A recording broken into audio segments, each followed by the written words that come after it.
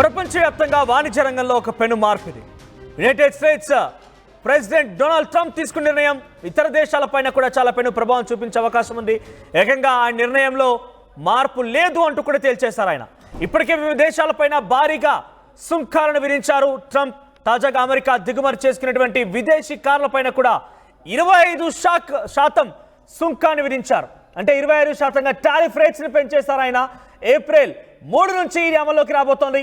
అమెరికాలో తయారు చేసేటువంటి వాహనాలపైన ట్యాక్స్ లేదు అంటున్నారు ట్రంప్. ట్రంప్ నిర్ణయంతో ప్రపంచ వ్యాప్తంగా ఆటోమొబైల్ తయారీ కంపెనీలో ఆందోళన వ్యక్తమవుతోంది. ట్రంప్ నిర్ణయంతో ఒడిదుడుకులేదు భారత్ మార్కెట్ కూడా ఎదుర్కొనే అవకాశం ఉంది. మీరు చూస్తున్నారు ఆర్టీవీ స్క్రీన్ పైన కార్ల మ్యానుఫ్యాక్చరింగ్ సంబంధించి ఒకవేళ కనుక అమెరికాలో జరిగితే ఎటువంటి ట్యాక్స్ లేదు. కానీ అమెరికా కాకుండా ఇతర దేశాల నుంచి ప్రొడక్షన్ జరిగి ఆ కార్లని కనుక అక్కడ దిగుమతి చేసుకుంటే డెఫినెట్గా 25% సుంకాన్ని విధించడం గ్యారంటీ అంటున్నారు డొనాల్డ్ ట్రంప్.